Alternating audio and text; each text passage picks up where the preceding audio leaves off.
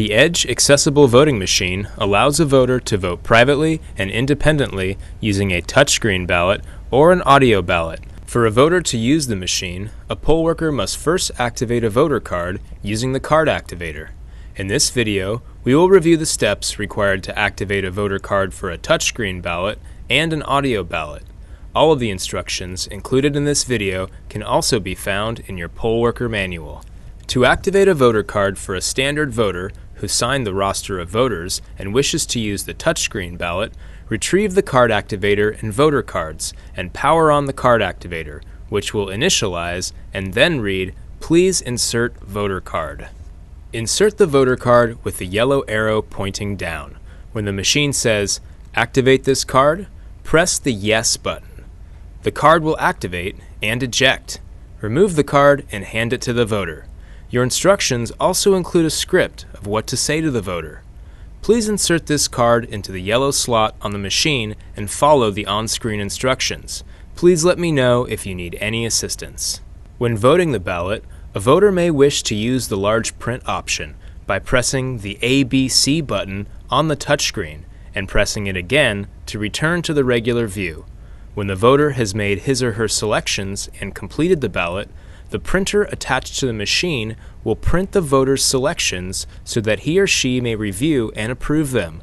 Once a voter has cast his or her ballot, it will be recorded electronically, and the paper record on the printer will scroll out of view to keep the vote private. The voter card will eject, and the voter should return it to you. A voter using the audio ballot will use the audio keypad to make their selections.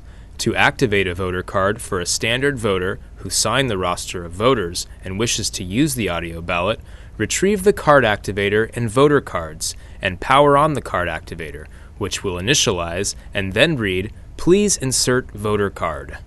Insert the voter card with the yellow arrow pointing down. When the machine says, "Activate this card," do not press Yes. Instead, press Menu. The screen will display 4 options. Press 4 for audio. The card will activate and eject. Remove the card and offer the voter assistance with walking over to the Edge machine.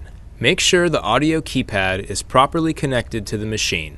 It should be plugged into the audio port, and the green light on the keypad should be on. If the green light is not on, unplug the keypad from the audio port and plug it back in. Also, check that the headphones are connected to the keypad.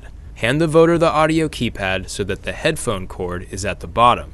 The volume buttons at the top of the keypad allow the voter to adjust the volume. Read the button labels to the voter so he or she is familiar with the keypad. Offer the voter assistance with inserting the voter card into the slot on the machine. The instructions located in your poll worker manual include a script of what to say to the voter.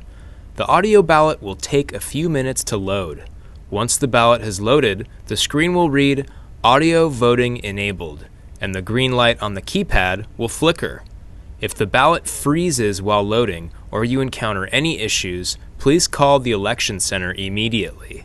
After completing the ballot, the voter will hear a playback of his or her selections, which will also appear on the Edge printer and then scroll out of view. A voter will vote provisionally if his or her eligibility cannot be determined at the polls. A provisional voter will sign a provisional envelope. They will not sign the roster. For a provisional voter who wishes to use the touchscreen, you and the voter will complete a provisional envelope. The envelope will contain the voter's information, but will be empty and not contain the ballot, because the ballot will be recorded electronically on the Edge machine. To activate a voter card for a provisional touchscreen voter, retrieve the card activator and voter cards and power on the card activator, which will initialize and read, "Please insert voter card." Insert the voter card with the yellow arrow pointing down. When the machine says, "Activate this card," do not press Yes. Instead, press 0, and the card activator will ask, "Provisional voter?" Now press Yes. The machine will then display a provisional ID number. Record this number on the gray section at the bottom of the provisional envelope. Once you've recorded that number, press Enter and the card will eject. Remove the card and hand it to the voter. Your instructions also include a script of what to say to the voter. Please insert this card into the yellow slot on the machine and follow the on-screen instructions. Please let me know if you need any assistance. Remember to complete the provisional envelope and deposit it into the red box.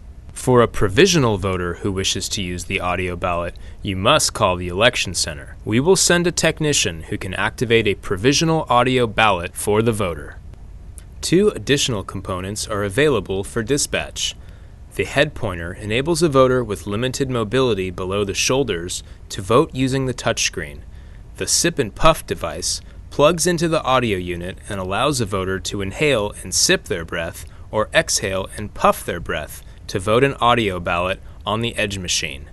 If a voter requests an additional Edge component, call the election center and we will dispatch the requested component immediately. Finally, please remember that the right to privacy applies equally to paper as well as electronic ballots. Never look at, listen to, or touch the ballot unless the voter specifically requests you to do so.